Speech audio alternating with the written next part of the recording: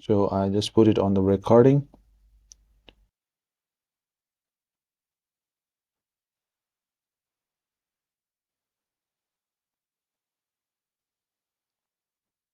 So in last lesson,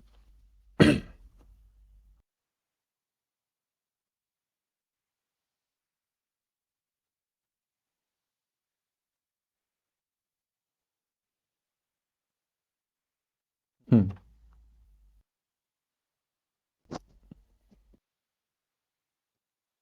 so in last lesson we have learned about the continuous probability distribution, right? That is different slopes, normal, uniform, and exponential form, right? This is normal, this is uniform, this is exponential, and this one is normal with the bell shape. Then we have learned about transformation into a standardized normal distribution, right? And we have done some examples in details. So let's first have a bit of review. Today we will start later on. Today we will talk about the inverse normal distribution. But before that, let's have a bit of review. What does inverse method means, right? So we will talk about inverse. So in continuation of a previous lecture, that is continuous random variable, we observed that how we create the continuous probability function. Secondly, we also, let me take you back, this one. Continuous random variable, we have observed that how we created the continuous probability distribution function. Secondly, we also observed that how we created cumulative frequency distribution. If we have continuous random variable, and we started to discuss the specific form of normal distribution. Um, if we have let's have a review of a normal distribution. As we know that normal distribution is what? Normal distribution is a symmetrical curve. Looks like a bell curve, right? So it's symmetrical.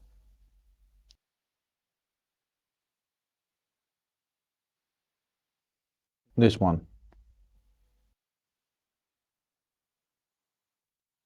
So symmetrical means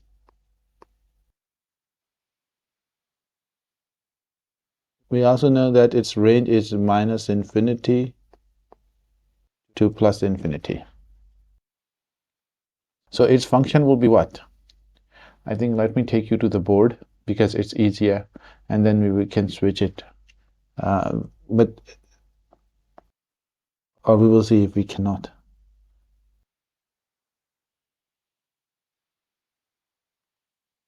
So what is the function of the normal distribution? If you remember, it's 1 upon sigma. What is sigma? Sigma is the standard deviation. Root 2 pi times what? It's a bit complicated function.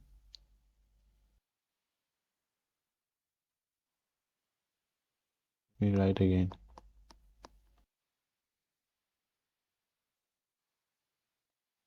This is standard deviation we have.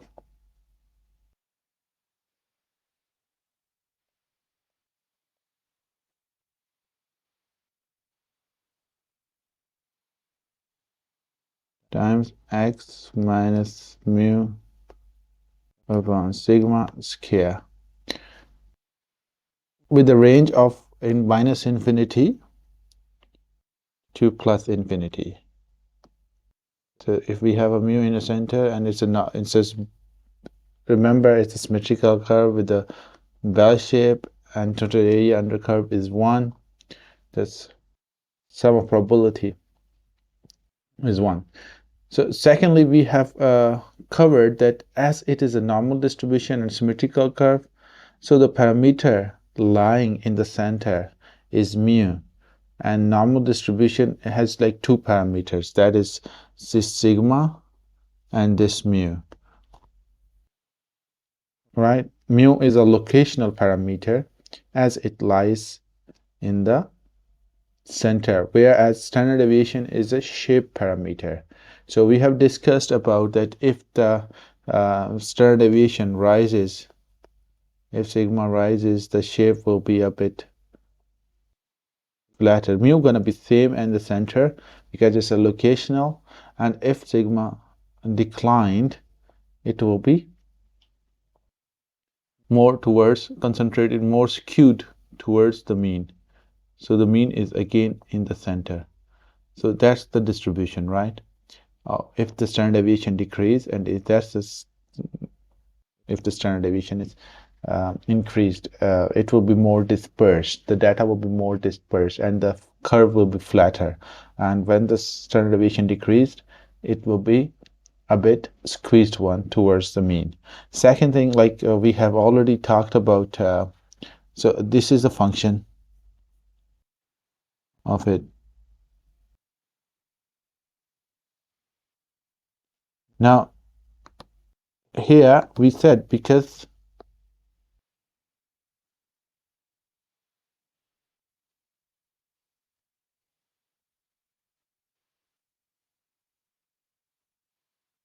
now here we know that this area under the curve is 1. So we represent it with the integer, and the range is from minus infinity to plus infinity. So we can say that the sum of probability is from minus infinity to plus infinity, and we integrate function of x and dx. And what is this? This is 1, equal to 1. So sum of probability is always equal to 1 due to the symmetrical region. So this half is 0.5 and this half is 0.5. So 50-50%. And due to having a complex function, so we convert this normal distribution into a standardized normal distribution.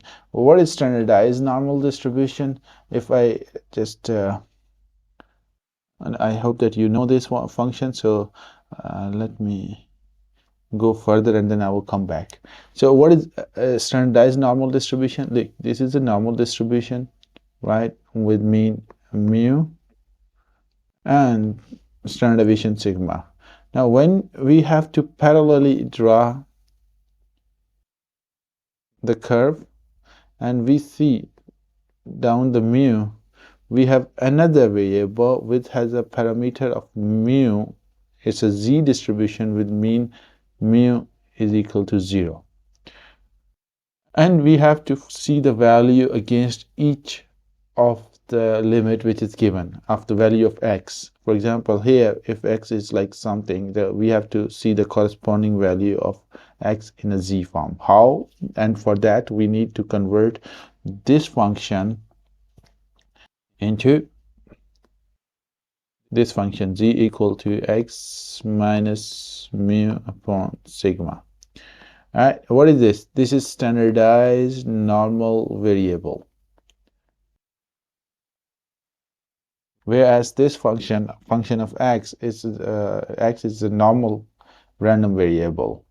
X is a normal variable here with mu and sigma are the parameter. So when we convert this x into z, we can say it's a standardized normal distribution with here mean mu is 0 and sigma is 1, right? So we can write down this distribution as it is, just replacing the value of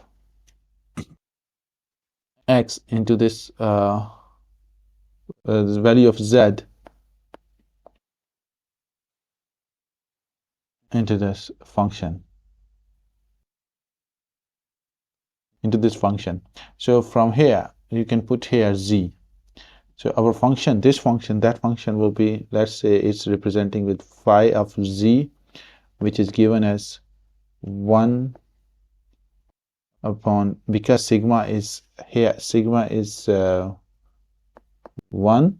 So our this sigma becomes 1. So we get 1 upon 2 pi root times e power minus 1 by 2 z square.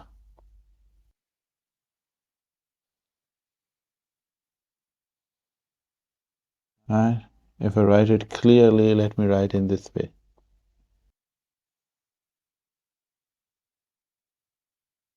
It's, yeah.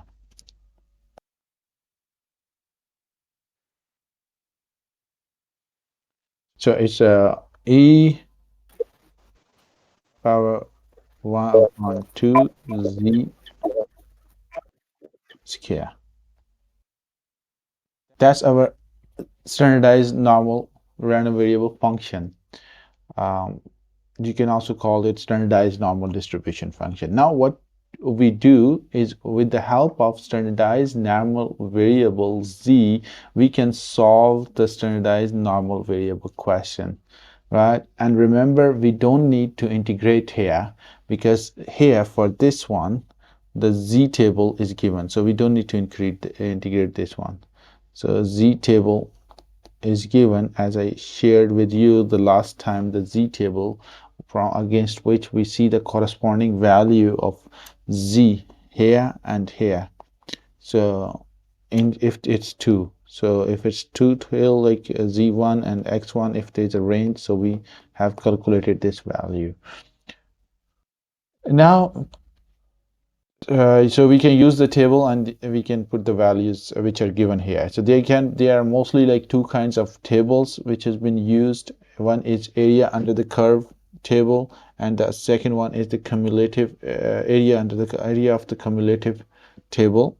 But more different books have different tables, so we have this one, and we use this table. If I see here is our z table. All right, so this is the normal curve area under the curve. So here we see that against the value of z, this is our z value, different values, and we see the value here. So this will be the area under the curve, remember. So for example, in this kind of area, we know that this part is 0.5 and this part is also 0.5. From here it's minus infinity and here it's plus infinity, so always this side is always negative. So how do we show this side? As I told you, so this portion is always showing in a minus sign.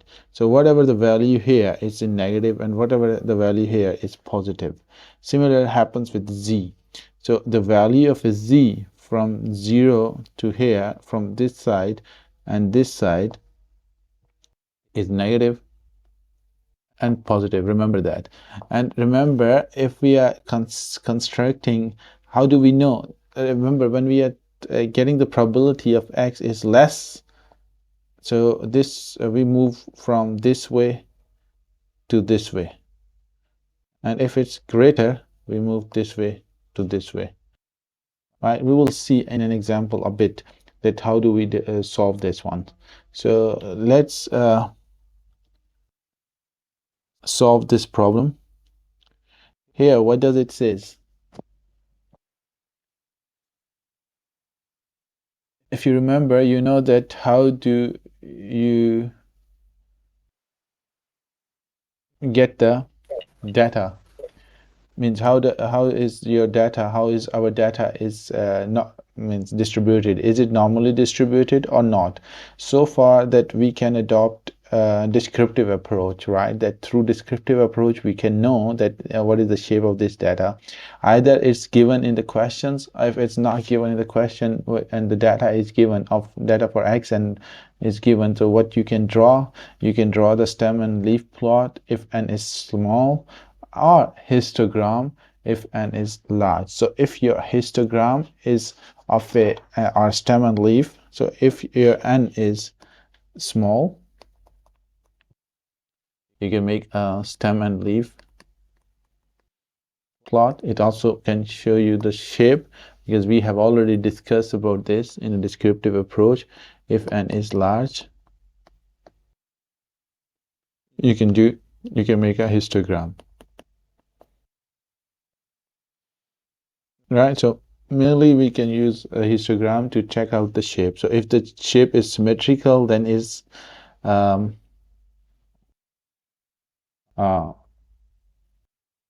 in which symmetrical means mean is equal.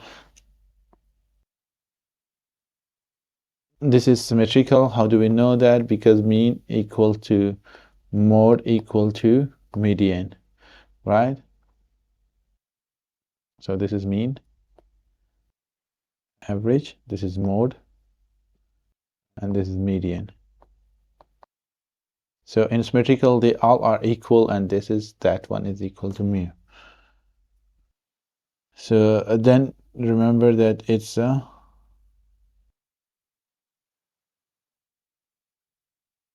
then we can hypothesize that our data is normally distributed. Now in this example, look, the durability is the quality feature of any electronic product. If it's known that the average life of an electric bulb is normally distributed. So see here, it's given that it's normally distributed.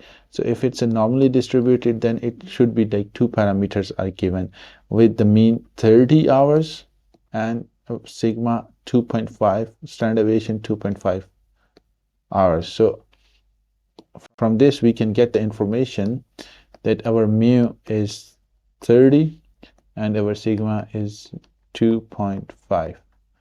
And both of these are given in hours. Now, if these two information is given, right?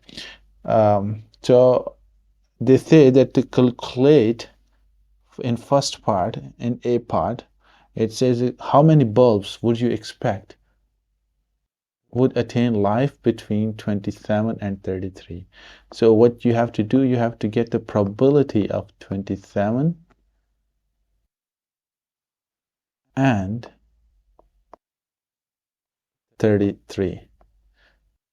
Remember, we have already learned that in this kind, in continuous random variable, it doesn't matter if I put here equal and this one is less than, or here equal or this then, or in both less than. So it doesn't matter, it gives us the same probability.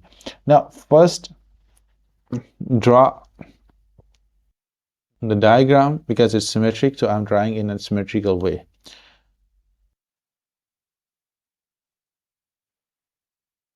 So here I draw the diagram, and with the mean, what is the mean? Mean is 30, right? And probability of x1 is given as 27.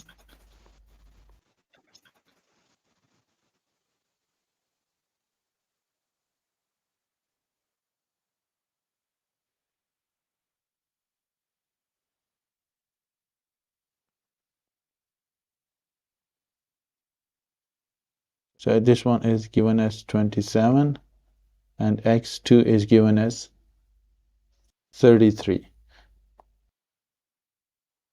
So we have to get this area. So what is this area? This area is probability of x is less than 27.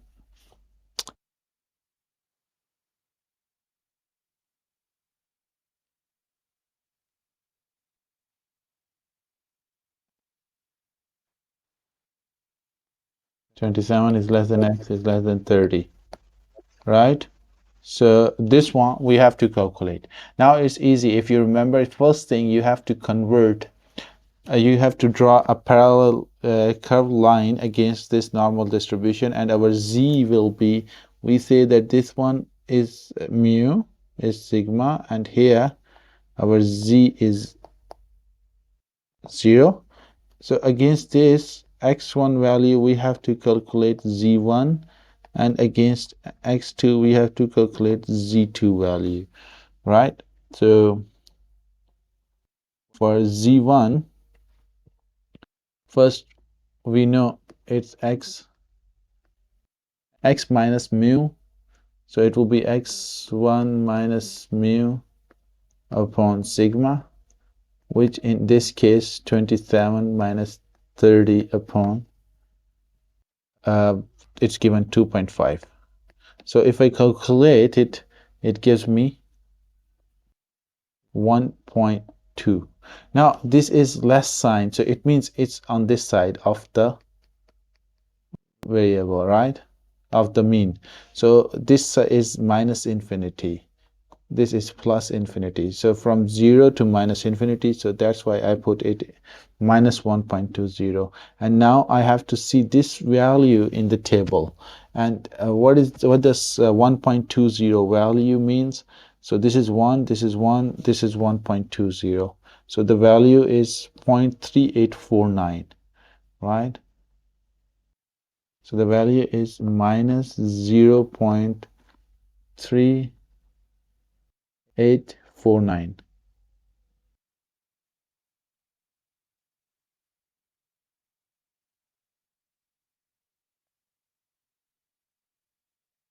That this is the value. So now remember, this whole area is 0.5 minus 0.5, and this whole area is 0.5. That's we know. So we need to get this one. So this area is 0.3. This is this area. So same area will be on the positive side, just the sign is different because it's symmetrical. So this area is 0.389. So when we, it's for 3849. So when we add up these both area, 0 points from this here to here, it's 0.3849.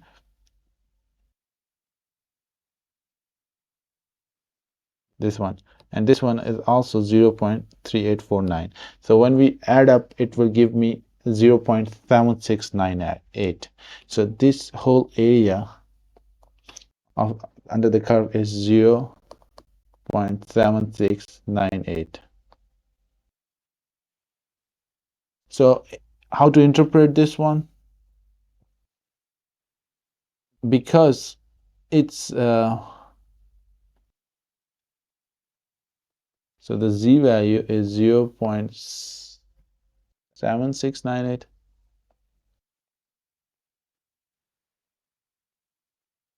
So we say it's 76.98%. So out of, if lot comprises 100 bulbs, so we just multiply by 76.98 into means 0.7698 into 100, and it gives me 76.98 percentage. So it means almost 77 bulbs, almost 70, approximately 77 bulbs has the life under this hours, durability under this hour. So that's how we interpret the region. So same thing we will see in our next example. Now let me take you to the whiteboard first, because it's convenient for me and I think for you as well.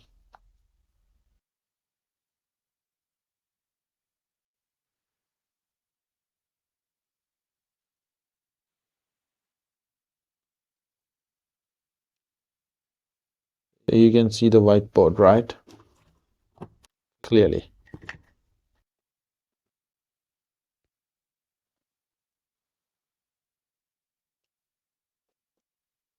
And then if you don't understand, then we can continue with the shared screen.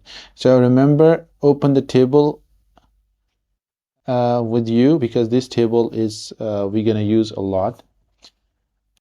Now, in second part of this example, I have already given you the slides, so I think you can open this one. Is better to do in this way. Now, if you have opened the slide, so second part says that how many bulbs would you expect or would attain a life more than probability of X is more than 32. That's the second part he's asking. And if the lot comprises 500 blobs. Now, in this case, what will be the curve? What will be the normal curve? So normal curve will be here. So mean mu is 30. This is given. Sigma is given already. Sigma is mu is 30. That's given. Sigma is 2.5. That's given. Now here we know this area is 0.5. This area is 0.5. This way it's better, right? To solve.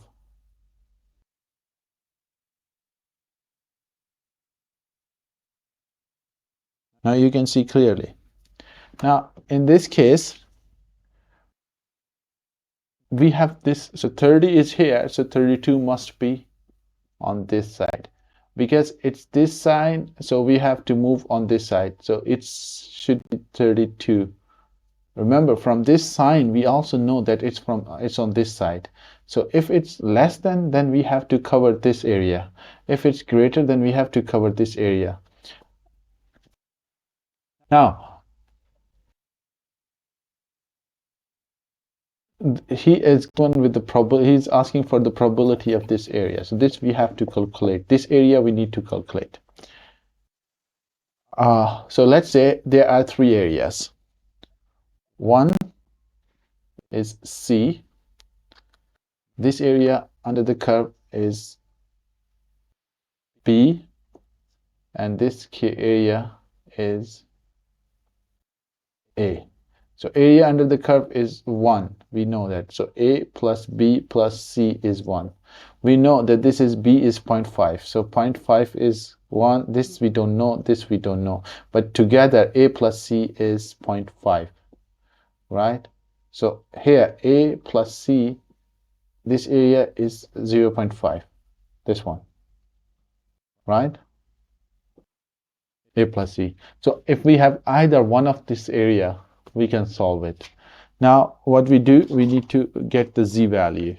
So here Z value is again X minus mu upon sigma. So you can solve it simply. 32 minus 30 upon 2.5, which give me 2 upon 2.5. So if I solve it, it give me 0.8.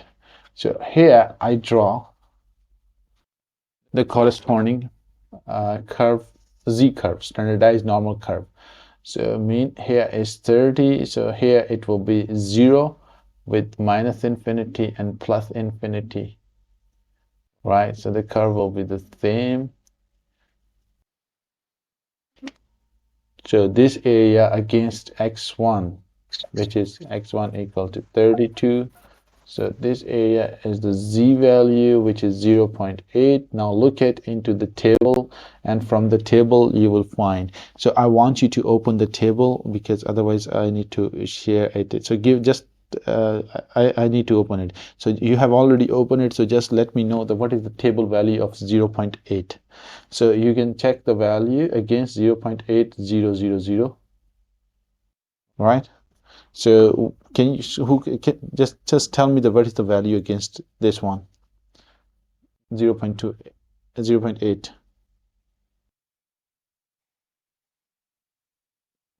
Let me also open the table. So if you see the value against 0.8, it tells you it's 0.2881. 0.2881. Did you get this value?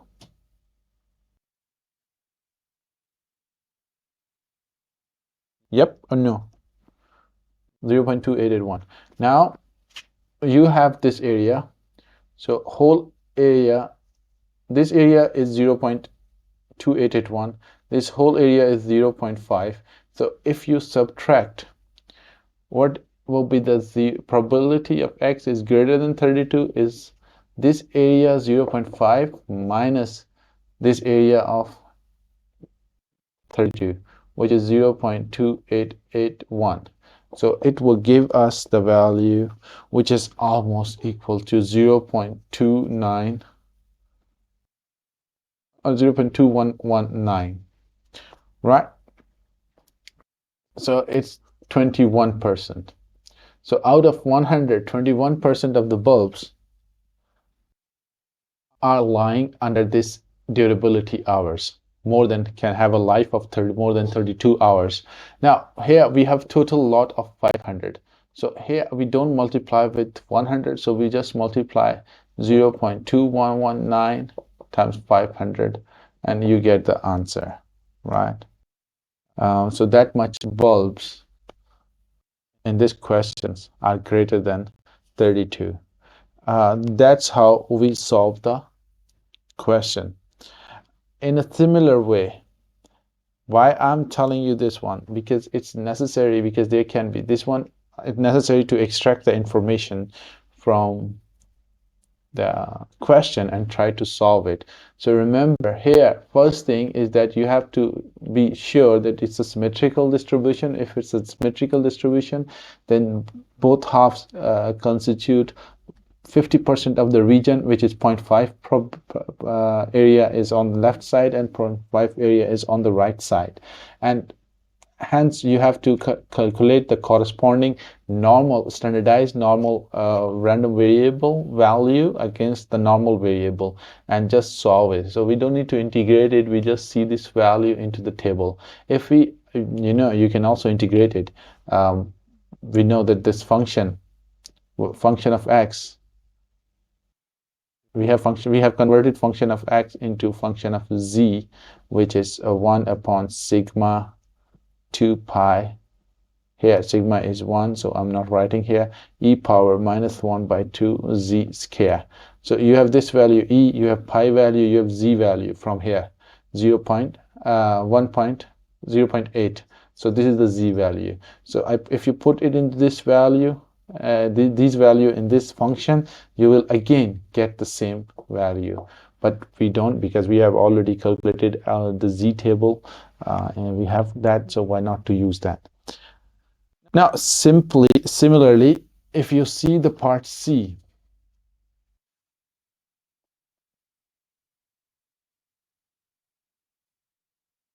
so in part C of the example, it is asking how many devices would you expect or would attain a life less than 27 hours in 500. So here you need less than 27. So because it's less than 27, so it should be on this side. When it was greater, it was on this side. So less than 27 means this is 27 and you need this one. So here instead of 32, you put 27. So 27 minus 30 is 3.25. What is the difference? The only difference is here is it will give you 1 point something. I think it give you 1.2 in minus. So remember, when you are in this side, the corresponding value here is in minus 1.20. Now this area is given, so you again calculate the table, see the table value. What is the table value of 1.2? In section 8 we have calculated 3849.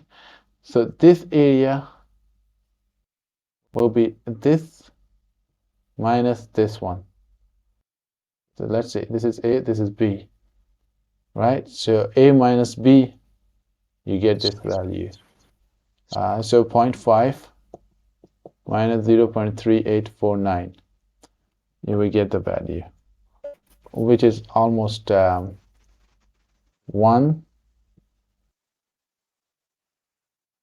5, and 1, and 1, 0.1151, which is 11.11. So you multiply this one with, because total is 500, and you will get this answer. So that many bulbs, that many devices which are expected to have a durability, a life less than 27 hours. So that's how we solve the questions. Do you understand?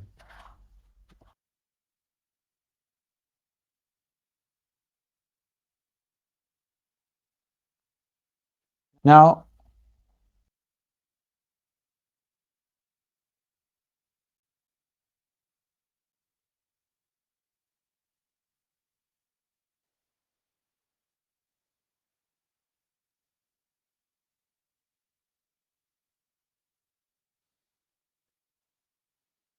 if you are looking at the screen,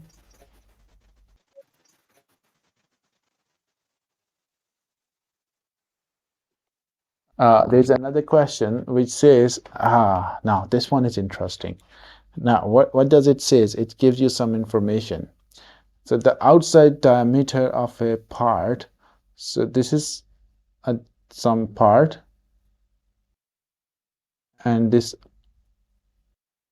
is a part, right? So this outside diameter, this area is of a gear assembly is known as a normally distributed. First thing, you know that it's normally distributed, right? So then with mean 40, so mean is given 40, and a standard deviation sigma is also given 2.5 millimeter. The specification on the diameter is 3645. So the range is given. So if it's between 36 and 45, the diameter, then it's acceptable. If not, then it isn't acceptable, right? So that's what is saying. The specification of the diameter is 36 and 45. So we will make a diagram here.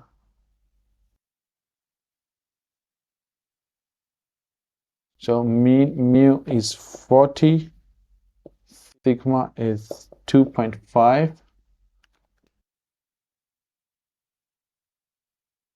So the unit cost of a rework. Now it's saying that the part diameter between 36 meter and 45 meter are considered acceptable. The unit cost of rework is 0.20. If it's if this is having a problem, so there can be two kinds of problem. One problem can consider as to rework. We can rework that machine or that tool, and its cost becomes 0.20, while the unit cost of scrap is 0.50 and one is 0.50. So we can say if it's greater than, because this is acceptable, 45 is acceptable. If it's greater than 45, it's a scrap. And if it's less than 36, then it's rework, right? So let's do it this example, and then we can take a break.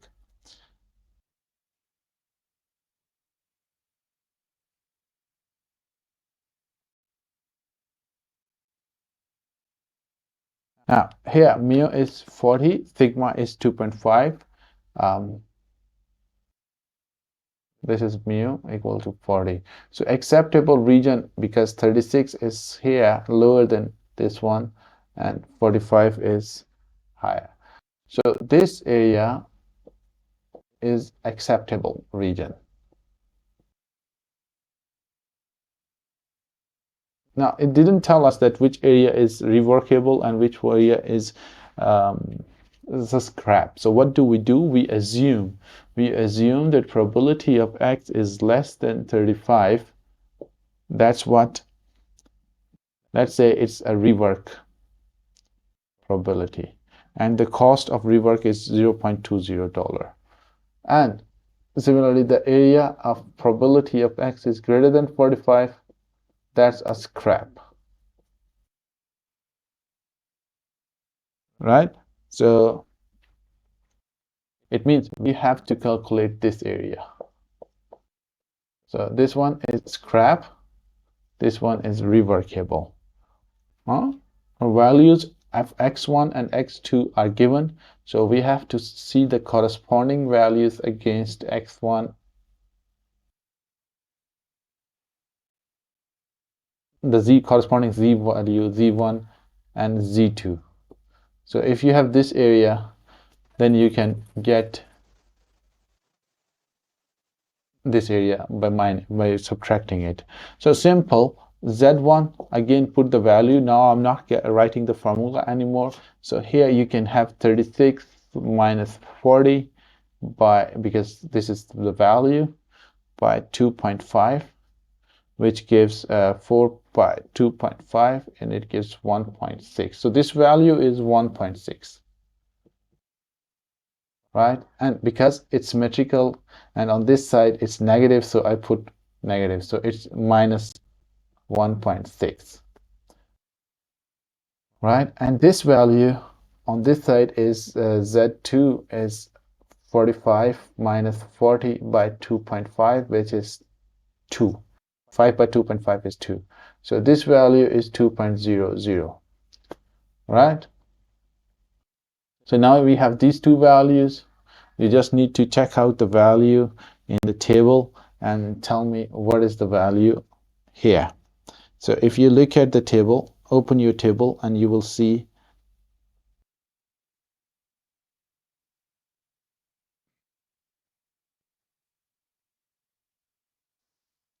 so the value of 1.6. So 1.6 is this one, 0.4452. So this area is 0.4452, and this area is 2. What is 2? So 2 is this one, 0.4772. This area is 0.4772. Now, easy. We have seen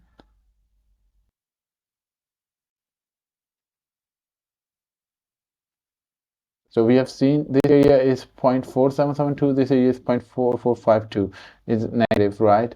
So here negative sign doesn't concern anything in this, in the z value we just show because it's on the left side. So what will be this area? Probability of x is less than 35 is 0.5 minus 0.4452. You can get the value. And what is the area of this one? Is 0.5 minus 0.4772. So then you can get this area and you can get this area, and it's in percentage. Now remember, whatever the answer is here, so here it's 0.8 and 4 and 5 and 1, 0. So 0.0548, which is this area, and here it's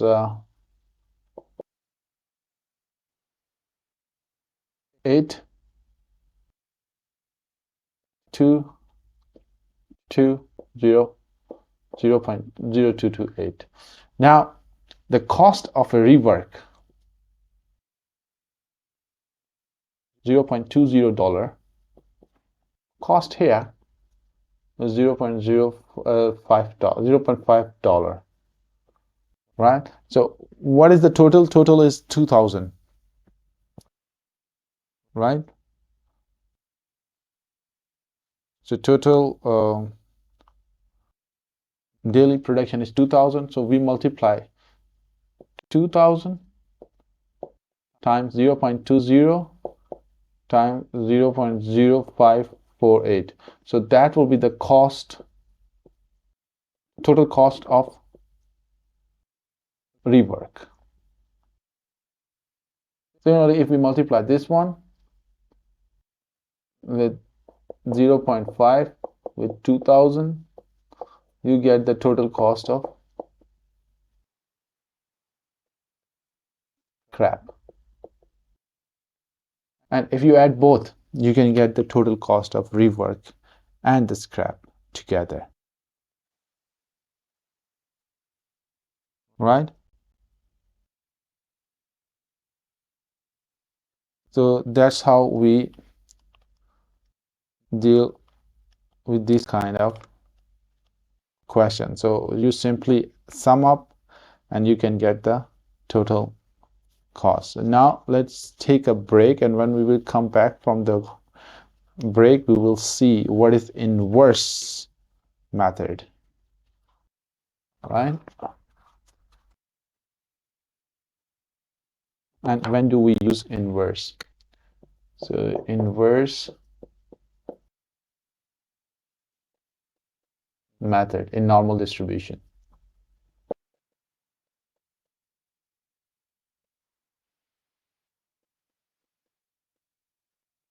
And how to solve those kind of questions.